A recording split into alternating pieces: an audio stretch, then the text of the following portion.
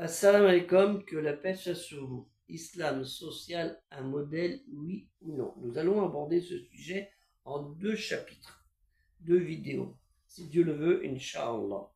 Allah Ta'ala, Dieu le Très-Haut exalté soit-il, nous dit dans la sourate 3, Ali Imran, la famille de Amram, au verset 92, vous n'atteindriez la vraie piété que si vous faites largesse de ce que vous chérissez.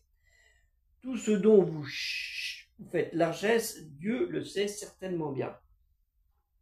Lan tannalu al-birra hatta tunfiqu mimma tuhibbuna wa ma tunfiqu min shay'in fa inna Allah bihi alimun. Les premiers changements sociaux sont apparus avec le prophète Mohammed sallallahu alayhi wa sallam, sur lui et la paix, dans cette péninsule arabique, mais plus proche, plus précisément dans la région de Mecca et de Médina. Médina et Mecca surtout. Et ce fut pour un modèle pour tout le monde, pour toute l'humanité. Malheureusement, à ce jour, pas toujours suivi. Beaucoup de changements à cette époque, beaucoup de changements sociaux ont eu lieu entre 610 et 661. Ça veut dire du vivant du prophète Mohammed sallallahu alayhi wa sallam, qui est décédé en 632, et sa continuité vers 661, voire un peu plus, avec les 4 califes. C'est ce qu'on appelle les 4 califes. On en parlera d'un autre aussi. Et cela fut une règle suivie, on dit par ces 4 successeurs immédiats, devenus ainsi les chefs de la communauté musulmane entière, en tant que dirigeants de la communauté, de cette Ummah, la communauté islamique, la Ummah Islamiyya, dit aussi la communauté des croyants, Ummah el-Mouminin, et qui ont choisi, à travers la Shoura, ce processus de consultation communautaire que certains considèrent comme la première forme de démocratie. La consultation communautaire est très importante. La récitation révélée, el-Qur'an, le texte sacré, la parole de Dieu, Kalimati Allah, lui l'unique, en est la référence, ainsi que les communications orales, les hadiths du prophète Mohammed sallallahu alayhi wa sallam, sur lui salut la paix. En 622 fut rédigé à Yatrib, qu'on appellera plus tard Médine, el-Médina, la constitution charte de Médine. Enfin, c'est plutôt la charte de Yatrib, mais on l'appelle la charte de Médine par facilité, Doustou al-Médina. Voir au sujet, si je pourrais vous mettre le lien sur le sujet que j'ai fait sur le pacte de Médine dans le site de la mosquée de Thouars.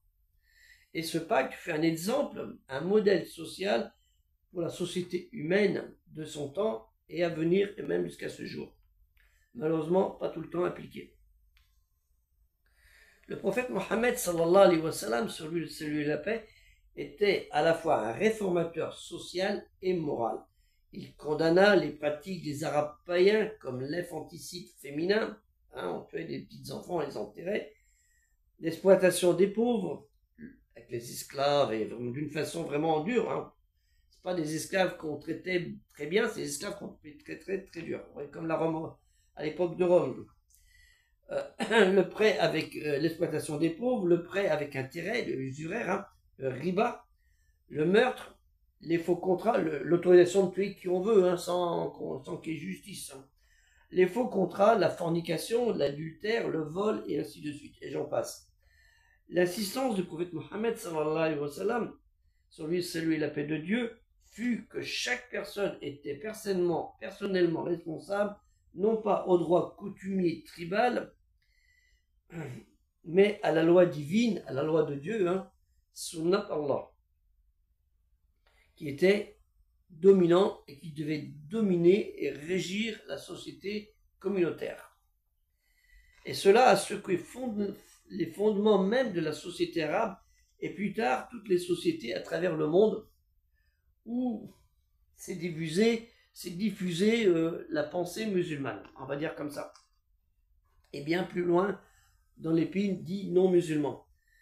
Le prophète Mohammed sallallahu alayhi wa sallam proclama un vaste programme de réformes religieuses, humaines et sociales. Il construisit un nouveau système qui aida concernant les contrats pour le mariage qui était plus considéré comme un statut, hein, mais comme un contrat réel, un contrat qui était un pacte fait entre l'homme et la femme. Ainsi aussi pour la famille, les enfants, pour l'héritage, pour le système aussi, un système fiscal, et ainsi de suite.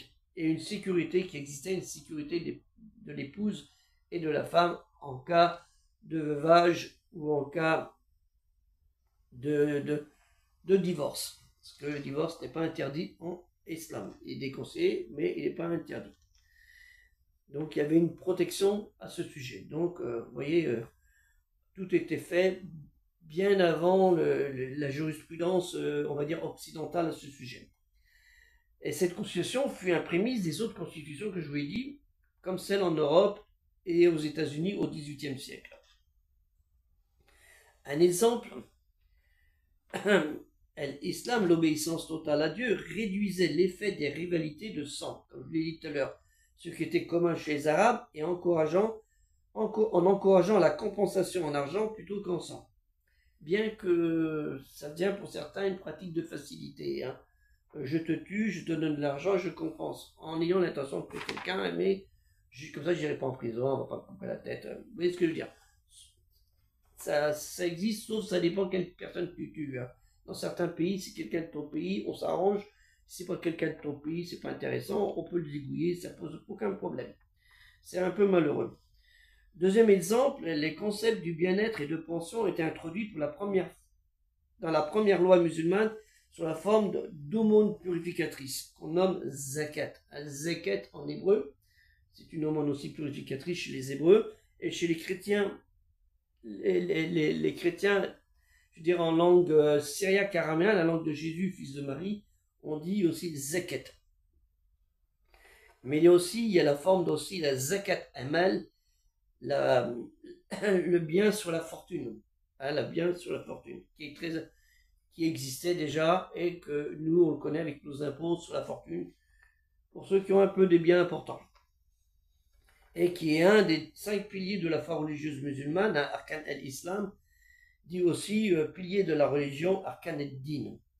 Et nous retrouvons cette application qui était suivie par les 4 successeurs bien-aimés, hein, ceux qui ont connu le prophète Mohammed sallallahu alayhi wa sallam, qui ont appliqué à la lettre ces principes, et pas forcément après qui ont été appliqués, mais ils furent appliqués par le 8e calife Omeyyade et le 12e calife sunnite qui s'appelait Omar II, Abu As Omar ibn Abdelaziz, né en 682, mort en 720 dans des conditions un peu douteuses. Nous pouvons dire que l'obéissance totale à Dieu, l'islam, fut très tôt un exemple pour l'humanité. Dommage que pour certains dirigeants, en certaines périodes de cette 14e siècle, que l'islam, qu'on appelle le prophète Mohammed, hein, est arrivé, elle n'a pas toujours été appliquée, malheureusement, et même de nos jours, à part quelques exceptions. Il aurait dû faire mesure de morale et de probité pendant toute cette période, mais malheureusement ça n'a pas été le cas. Et ça, c'est une chose qui est un peu dommage parce que souvent les dirigeants pensaient plus à eux qu'à leur peuple. Et ça, c'est un autre domaine. Donc nous aborderons le 2e chapitre, Inch'Allah, hein, sur le social et le bienfait du social. Que la paix soit sur vous, assalamu alaikum, et aider le projet culturel musulman universel.